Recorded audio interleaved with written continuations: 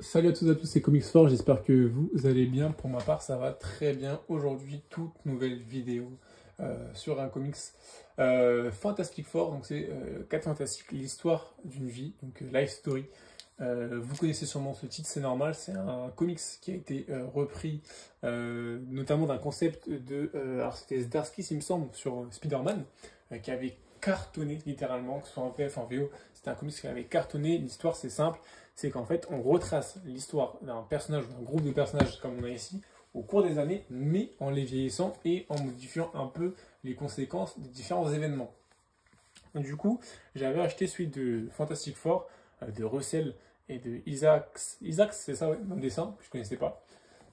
Alors, j'ai attendu avant de le lire parce que, en fait, pour moi, il fallait un minimum de background pour mieux apprécier l'histoire sur les personnages. Est-ce que c'est vrai? Oui. Est-ce qu'il faut totalement connaître les personnages pour apprécier? Non. Moi, j'ai lu quoi? J'ai lu celui de Wade, l'omnibus de Wade et les omnibus de Hickman. Deux omnibus que j'ai globalement appréciés, notamment celui de Wade et notamment le premier de Hickman. Le deuxième, c'était un peu plus en dents de scie, je trouve. Dedans, on a du coup, comme Life Story, 60, 70, 80, 90, 2000, 2010. Et on commence du coup avec des origines directement. On a l'origine de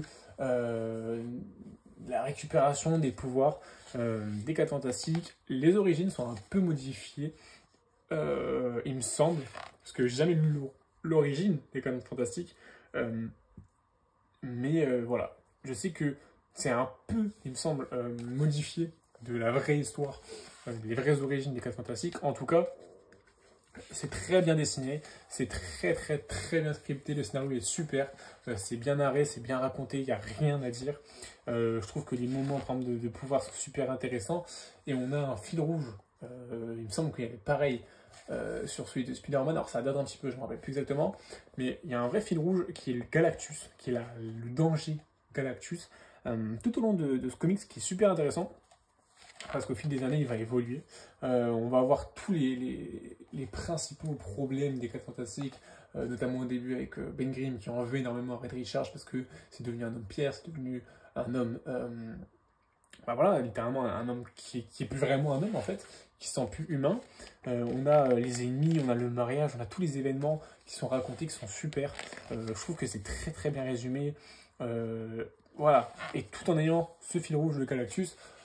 Et en fait, tout au long de ces années, on va voir Reed Richards qui va essayer de convaincre le président des États-Unis de créer tout un protocole, de financer tout un protocole autour de la Terre pour prévoir du danger de Galactus pour protéger le monde, parce que sinon, bah, évidemment, le monde court à sa perte, parce qu'il a senti, il a vu Galactus quand il était là-bas, il y a eu un vrai lien entre les deux, et du coup, il est un peu proche de Galactus.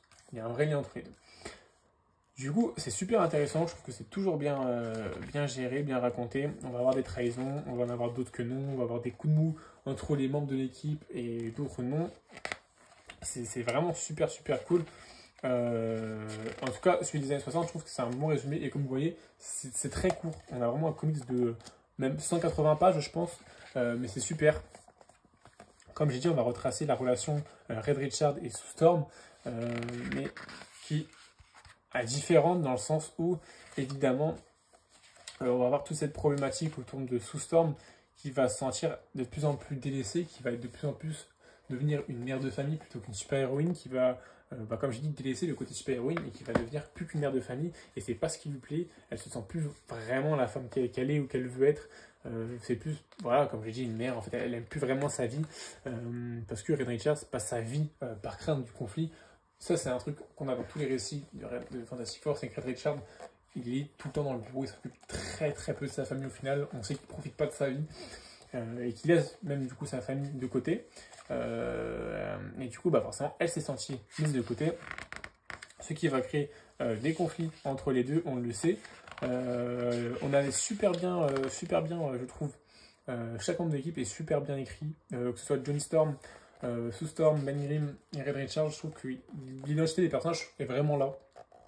Et on s'attache à tous les personnages assez rapidement parce que, comme je le dis, c'est un récit assez rapide, hein, on a que 180 pages. Et en plus, c'est entre chaque année, à chaque fois il y a 10 ans entre les chapitres. Donc forcément, ça avance super vite. On a tout le temps des flashbacks.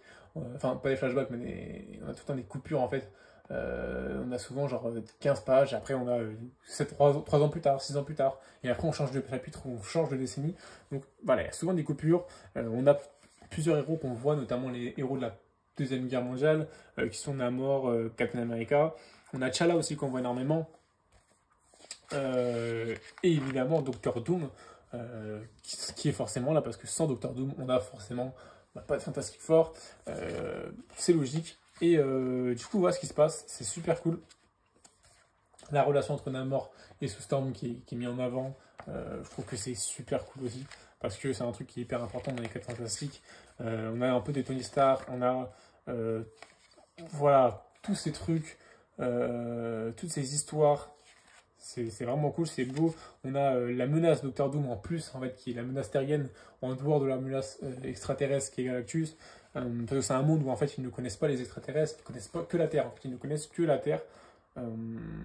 Et c'est pour ça que Galactus est aussi effrayant.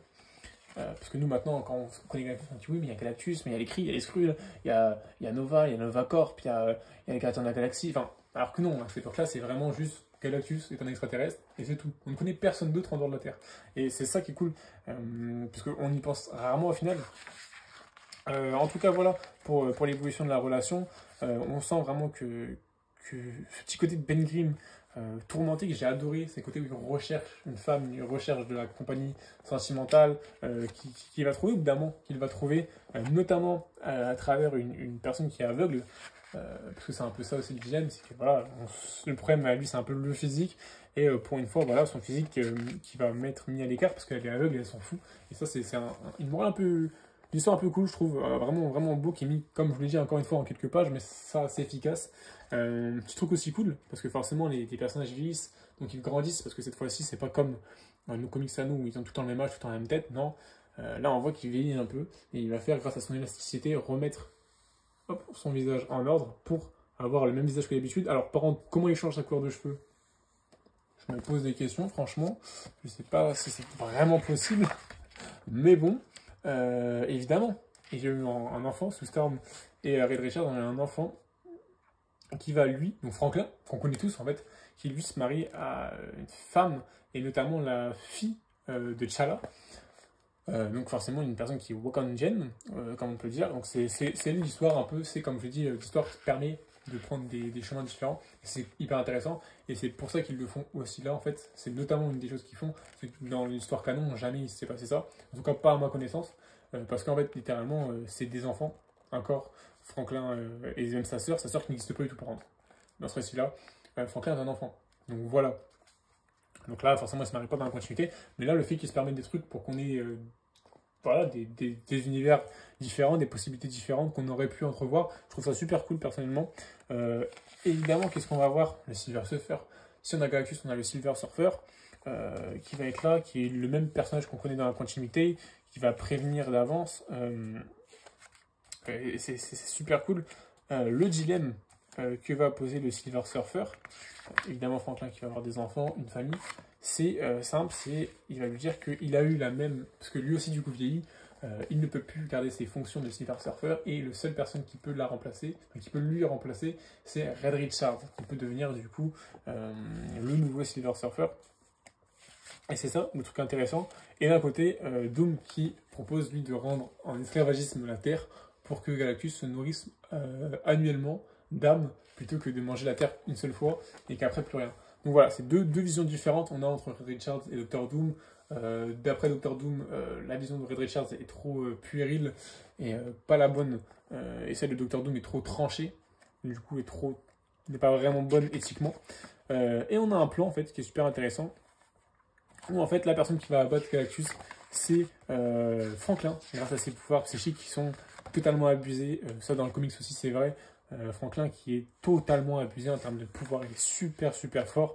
On voit dans les années 2010 les héros, parce que forcément les anciens ont vieilli, notamment Cap, il y a un chapitre qui est super cool, voilà, entre Captain America qui a vieilli, Sue Storm qui a vieilli, les anciens Avengers qui ont vraiment vieilli, et on voit du coup la nouvelle génération avec Iron Heart, Captain Marvel, Miles Morales, et les anciens du coup qui vont venir, notamment Ben Grimm, lui qui vieillit pas vraiment.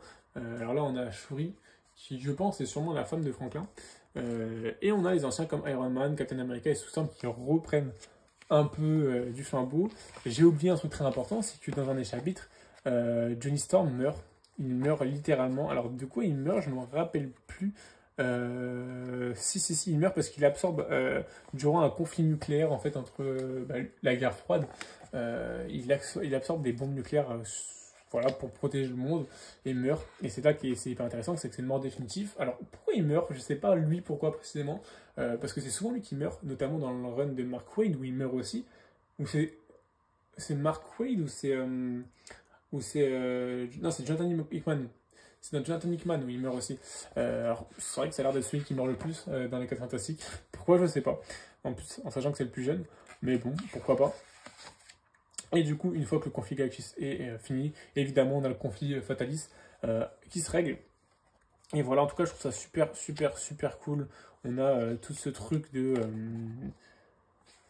Red Richards qui est paralysé, enfin qui est devenu un légume après le conflit contre Galactus, mais qui reste. On a un vrai amour entre Sue Storm et lui. On a des vraies déclarations d'amour entre Ben Grimm et Red Richards qui sont faites. Je trouve que c'est un super beau comics. Est-ce qu'il a le même effet que celui de Life Story? Je ne saurais pas dire, mais pour moi, c'est la même chose. Pour vous, en tout cas, je ne pourrais pas le dire, comme j'ai dit, parce que c'est des personnages différents. Moi, j'ai adoré découvrir les 4 fantastiques dans les omnibus. Et franchement, c'est vraiment une histoire que j'ai adorée, qui m'a touché, littéralement. J'ai adoré. Je trouve que c'est une réussite. Moi, j'avais peur que le fait de reprendre le concept soit pas une bonne idée, dans le sens où, en fait, ils vont tirer sur la ficelle et ça va pas forcément coller à tous les personnages. Et ça a été bien fait une fois, mais est-ce que ça va être bien fait à chaque fois? C'est vraiment la question qu'on peut se poser, mais en tout cas, Russell et Isaac ont très bien géré ça, parce que c'est superbe. Il y a 6 chapitres, mais c'est 6 excellents chapitres. Je vous conseille, si vous avez lu le Spider-Man, lisez absolument celui-là. Que vous connaissiez ou non les Fantastic Four, c'est mieux si vous connaissez. Je trouve que vous serez sûrement plus touché par l'histoire que si vous ne connaissez pas. Mais en tout cas, moi j'ai vraiment adoré. Donc je recommande clairement. N'hésitez pas à me dire en commentaire si vous avez apprécié ou non ce récit. En tout cas, je vous remercie d'avoir regardé. N'hésitez pas à commenter, liker, vous abonner. Je sais qu'on n'est pas super loin des 1000 abonnés. C'est assez fou. C'est assez fou. Sachant que l'objectif de l'année, je crois, c'était 800 ou 900 abonnés, je sais même plus. On est presque quasiment à 1000. Ce qui est une barre énorme. Hein, vraiment, c'est vraiment une barre énorme. Donc, comme je le dis encore une fois, un grand merci à vous. N'hésitez pas à vous abonner. Et sur ce, je vous souhaite une très bonne journée ou une très bonne soirée. Et surtout de très bonnes lectures. Salut tout le monde!